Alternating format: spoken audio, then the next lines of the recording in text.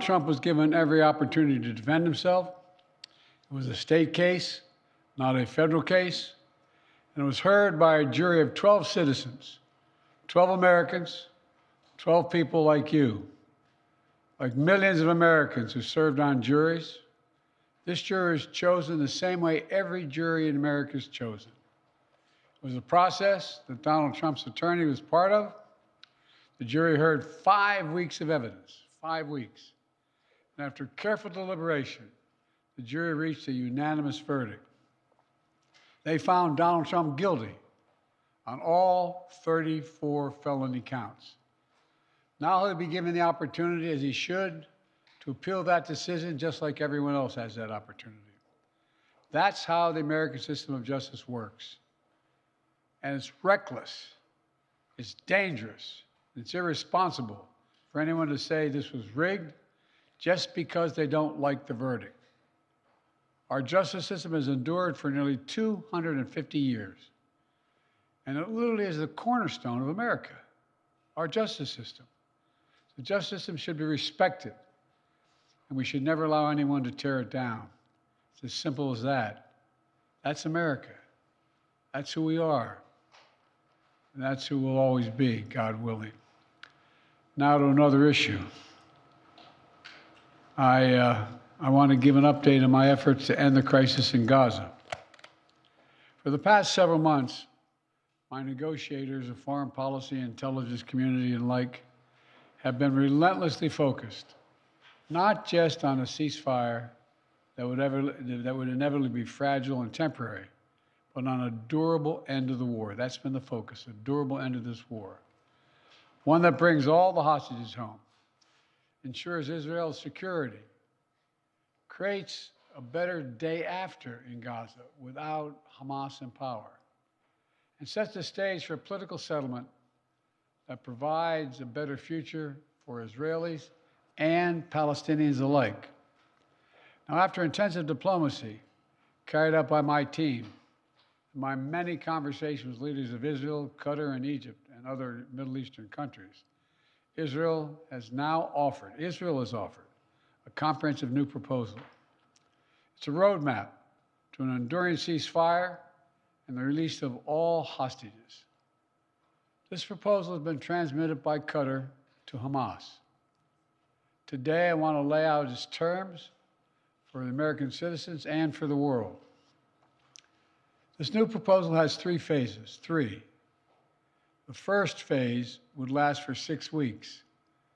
Here's what it would include: a full and complete ceasefire, a withdrawal of Israeli forces from all populated areas of Gaza, release of a number of hostages, including women, the elderly, the wounded, in exchange for release of hundreds of Palestinian prisoners. There are American hostages who would be released at this stage, and we want them home. Additional, some remains of hostages who have been killed would be returned to their families, bringing some degree of closure to that terrible grief. Palestinians, civilians, would return to their homes and neighborhoods in all areas of Gaza, including in the north. Humanitarian assistance would surge, with 600 trucks carrying aid into Gaza every single day. With the ceasefire, that aid could be safely and effectively distributed to all who need it. Hundreds of thousands of temporary shelters, including housing units, would be delivered by the international community. All that and more would begin immediately. During the 6 weeks of phase 1, Israel and Hamas would negotiate the necessary arrangements to get to phase 2, which is a permanent end to hostilities. Now, I'll be straight with you. There are a number of details to negotiate to move from phase 1 to phase 2. Israel will want to make sure its interests are protected. But the proposal says if the negotiations take longer than 6 weeks for phase 1, the ceasefire will still continue as long as negotiations continue. In the United States, Egypt, and Qatar would work to ensure negotiations keep going. All agreements, until all the agreements are reached and phase 2 is able to begin. Then phase two would be an exchange for the release of all remaining living hostages, including male soldiers. Israeli forces would withdraw from Gaza, and as long as Hamas lives up to its commitments, a temporary ceasefire would become, in the words of the Israeli proposal, the cessation of hostilities permanently, end of quote. Cessation of hostilities permanently. Finally, in phase three, a major reconstruction plan for Gaza would commence, and any final remains of hostages who've been killed would be returned to their families. That's the offer that's now on the table, and what we've been asking for. It's what we need. The people of Israel should know they can make this offer without any further risk to their own security because they've devastated Hamas forces over the past 8 months. At this point, Hamas no longer is capable of carrying out another October 7th, which is one of Israel's main objectives in this war, and quite frankly, a righteous one. I know there are those in Israel who will not agree with this plan and will call for the war to continue indefinitely.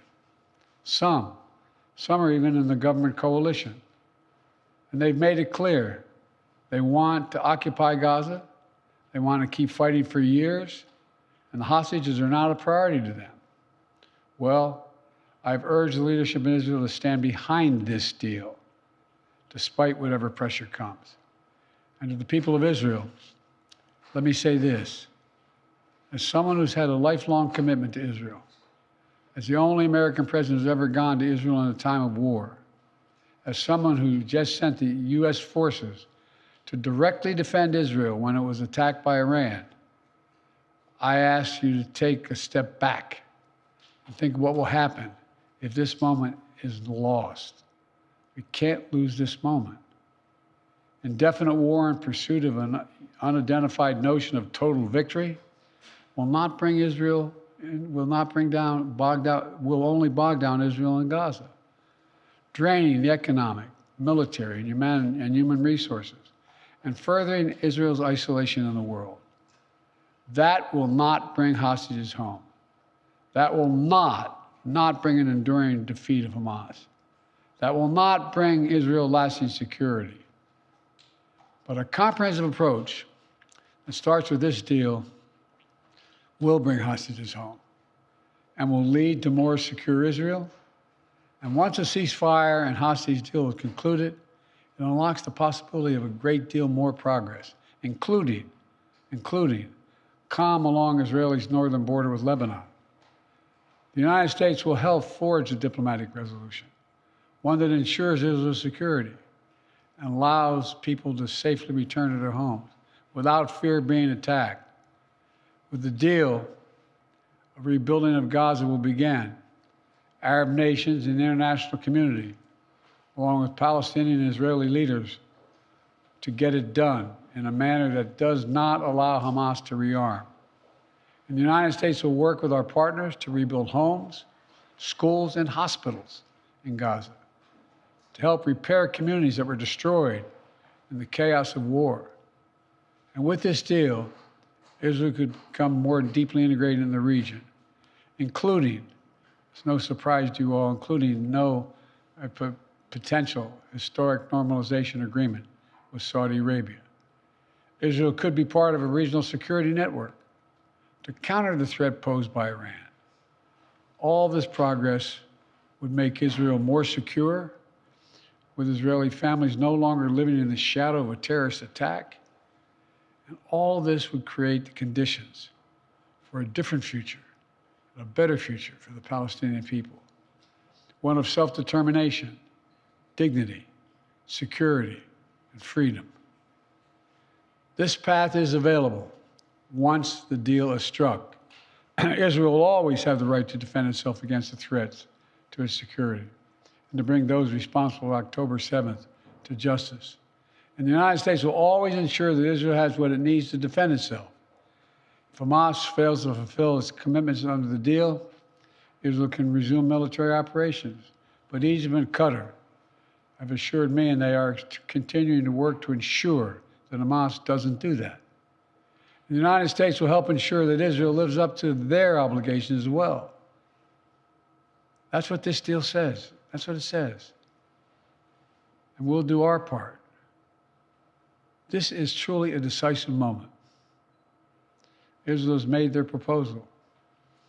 Hamas says it wants a ceasefire. This deal is an opportunity to prove whether they really mean it. Hamas needs to take the deal. For months, people all over the world have called for a ceasefire. Now it's time to raise your voices and demand that Hamas come to the table, agrees to this deal, and end this war that they began. Of course, there'll be differences on the specific details that need to be worked out. That's natural.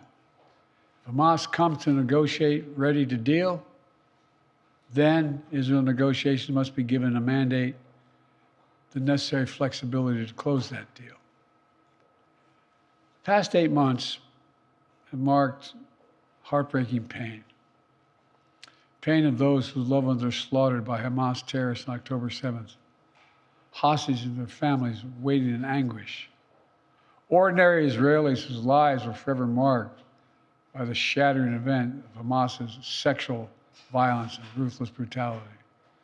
And the Palestinian people have endured sheer hell in this war. Too many innocent people have been killed, including thousands of children. Far too many have been badly wounded. We all saw the terrible images from the deadly fire in Rafah earlier this week, following an Israeli strike against targeting Hamas. And even as we work to surge assistance to Gaza, with 1,800 trucks delivering supplies these last 5 days, 1,800, the humanitarian crisis still remains. I know this is a subject on which people in this country feel deep, passionate convictions, and so do I. This has been one of the hardest, most complicated problems in the world. There's nothing easy about this, nothing easy about it. Through it all, though, the United States has worked relentlessly to support Israeli security, to get humanitarian supplies into Gaza, to get a ceasefire and a hostage deal to bring this war to an end. Yesterday, with this new initiative, we've taken an important step in that direction. I want to level with you today as to where we are and what might be possible. But I need your help. Everyone who wants peace now must raise their voices and let the leaders know they should take this deal, work to make it real, make it lasting, and forge a better future out of the tragic terror attack and war. It's time to begin this new stage. For the hostages to come home, for Israel to be secure, for the suffering to stop. It's time for this war to end, for the day after to begin. Thank you very much. Mr. President, can you tell us, sir, Donald Trump refers to himself as a political prisoner and blames you directly. What's your response to that, sir? Do you think the conviction will have an impact on the campaign? We'd love to hear your thoughts, sir. Should he be on the ballot, sir?